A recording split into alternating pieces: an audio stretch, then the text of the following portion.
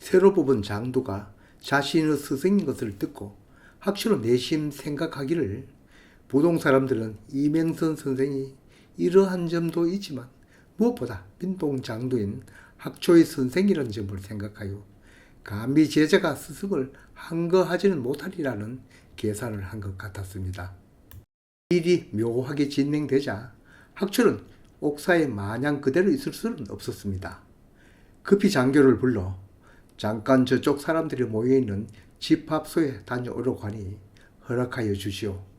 내가 도망갈 사람은 아닙니다. 정 나를 믿지 못하면 함께 갑시다. 소장을 제출한 장도가 밤새 도망칠 이유는 없으니 장교는 괜찮으니 그렇게 하라 하고 허락을 하였습니다. 학초는 장교와 동행하여 부동 집합소를 찾았습니다. 부동 집합소는 김약방 객주집에 차려져 있었습니다. 집합소 주변에는 사람들이 겹겹이 둘러싼 채 모여 있었습니다. 높은 당상 초석 자리에는 새롭게 장두로 추대된 이맹선 선생이 긴 담뱃대를 물고 앉아 있었습니다. 학초는 모이는 사람들을 해치고 선생의 앞에 서서 먼저 무난 인사를 올린 후 온 목적을 아뢰었습니다. 감히 스승 안전이라 몸가짐은 공손히 하면서도 분명한 어조로 좌중이 다 들릴 만큼 큰 소리로 아뢰었습니다. 오 제자 근본일로 관아에 잡혀온 줄은 아실 바이오니 따로 아랠 일은 없사옵니다. 사제의 지분도 부모와 자식 사이와 같다고 할 수 있습니다. 소 제자는 관청에 붙잡힌 몸이라 불가불 내일 송사에 입정할 터이며 부득이 장두를 그만둘 수는 없는 입장입니다. 처음에 없었던 일에 선생님이 나서서 송사에 사제지간이 함께 참여하여 옳고 그름을 따진다는 것은 망고에 없던 일이며 이는 대의가 아닌 듯하오이다. 이제까지 닦은 사제지간의 예의가 방고부자 될까 두렵나이다. 말씀 올리기를 마치자 이내 하직을 구하고 다시 뒤도 돌아보지 않고 물러서서 잡혀있던 관아의 옥사로 향하였습니다. 갑자기 당한 일에 선생은 물론 좌중에 있던 많은 사람들이 묵묵부답으로 듣기만 하였습니다. 그러다가 갑자기 이 선생은 하인에게 나귀를 등대하라.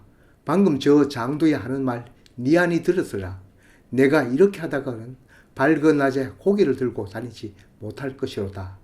하고 장두를 사퇴하고는 나귀를 재촉하여 황급히 자리를 떠났습니다.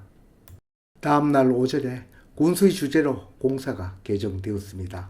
좌우에 수십 명의 나졸이 늘어서고 다음에는 붉은 칠을 한 곤장인 주장대를 든 형리가 서슬프르게 서 있었습니다. 중간 계단에는 수령의 명령을 전하는 관노가 서 있었습니다. 높은 대상에는 장교와 아전, 통인들이 서고 관방에는 군수가 앉고 그 문 앞에는 서기가 지필무를 갖추고 앉아 있었습니다. 군수가 청령을 내렸습니다. 박학래를 대령하라.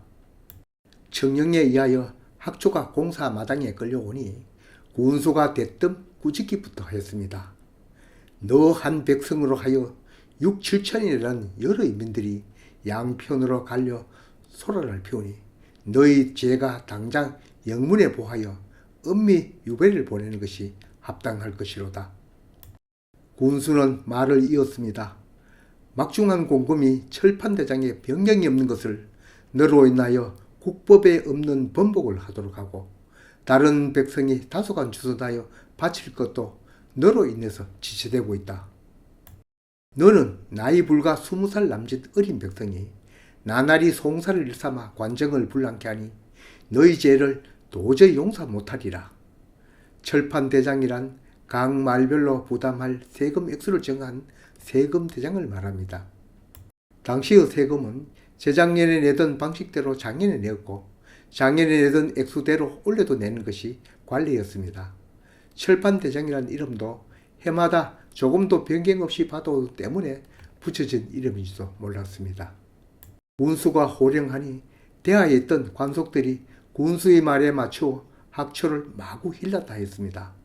소란이 잠시 수그러지자 대하에 엎드려 있던 학초가 고개를 들어 천천히 입을 열었습니다. 20여 살 때는 이 백성이 이 지경으로 원통함을 호소하는 것은 위로는 나라의 백성이 되고 아래로는 부모 처자를 거닐고 살고자 하는 바람뿐입니다. 열신상 10손가락 중에 한 손가락에도 상하여도 어찌 아픔이 없겠습니까? 성주는 위민 부모라 어찌 가난한 백성은 모두 죽으라 하나이까. 군수가 내려다보고 한참이나 말이 없더니 산문을 열어 양편 백성을 모두 입정하도록 하였습니다. 모두 합쳐서 5, 6천이나 되는 사람들이 양편으로 나누어 빼곡히 앉았는데 자리가 좁아 다 앉지 못한 사람들은 원장 밖에서 구경을 하였습니다. 재판을 관장하는 군수 안전이라 두려운 생각으로 모두 조용하게 지켜볼 뿐이었습니다. 군수가 대상에서 다시 호령을 하였습니다. 최검능을 대령하라. 이때 부동장도 최검능이 나졸들에 이끌려 나왔습니다. 군수는 최검능을 향해 너희 두 사람이 여러 백성을 모아 민요를 지어 관청과 민간을 요렇게 하니 응당 가명에 보고하고 그 지령을 받아 엄히 조치하리라. 엎드려 있던 최검능이 철판대장의 정식으로 정해진 공금을 어찌 남의 동리 공금까지 원중하오니까 그저 억울할 따름입니다. 본시 예전에 정한 법대로 세금을 바치게 하소서. 그리고 위법의 분란을 일으키는 저 백성은 징계하여 주소서. 최검능의 말이 끝나자 군수는 오늘 공사는 양평간 이치를 들어 정당으로 결정할 것이니 최검능의 말에 대해 박학내 아뢰어라. 말이 끝나기 무섭게 학초가 대답하였습니다. 철판대장에 적힌 것이 정식대로라고 주장하는데 철판대장도 처음에는 사람이 만든 것입니다. 고금에 없는 흉년을 당하여 사실 그 흉년도 따지고 보면 하늘이 내린 것입니다. 하늘이 내린 변복을 다시 고치지 아니하고 그대로 시행하는 것은 옳다고 할 수 없습니다. 이야기를 들은 군수는 다시 최검능을 향하여 최검능이 아뢰어라. 이번에는 최검능이 대답할 차례였습니다. 도 전체도 아니고 군 전체도 아니고 오직 우리들이 있는 두 면만 변경하는 것은 불가하오이다. 한 해 흉년이 들었다 하더라도 다음 해 다시 풍년이 되면 그 자리가 메구어질 터 옛날에 정해진 대로 시행하기를 바라나이다. 군수는 다시 학초를 둘러보며 박학내 아뢰어라. 학초가 대답하였습니다. 못 사는 동네 사람이 잘 사는 동네에 가서 머슴이나 품팔이를 하고 살면 따로의 세금을 내지 않고 살아갑니다. 반면에 똑같은 처지에 있는 사람이라도 가난한 사람들이 모여있는 동네에 살면 낼 능력이 아주 없어도 구세금이니 신세금이니 모두 내어야 합니다. 세금 변경도 군 전체가 아니어서 못한다고 하는데 이 같은 일로 인하여 견디지 못해 죽을 지경이면 이것을 보고 구하는 것이 도리가 아니겠습니까? 이번에는 군수가 최민을 보고 답하여라고 하니 묵묵부답 말을 못하는지라 군수가 사령에게 명령하였습니다. 말 없는 백성은 따로 한쪽에 앉히고 원정을 말할 백성이 있거든 들어와서 말하여라. 그때 부동편에 앉아있던 한 사람이 나섰습니다. 빈부는 각각 하늘이 정하는 것입니다. 잘 사는 동네 백성이 다른 동네 백성의 재산을 강탈하는 일도 없고 아무 상관이 없는 터에 어찌 남의 동네 공금까지 우리가 내어야 하리까? 군수가 학초를 돌아보며 박학내는 그 이치에 가부를 말하여라. 학초가 대답할 차례였습니다.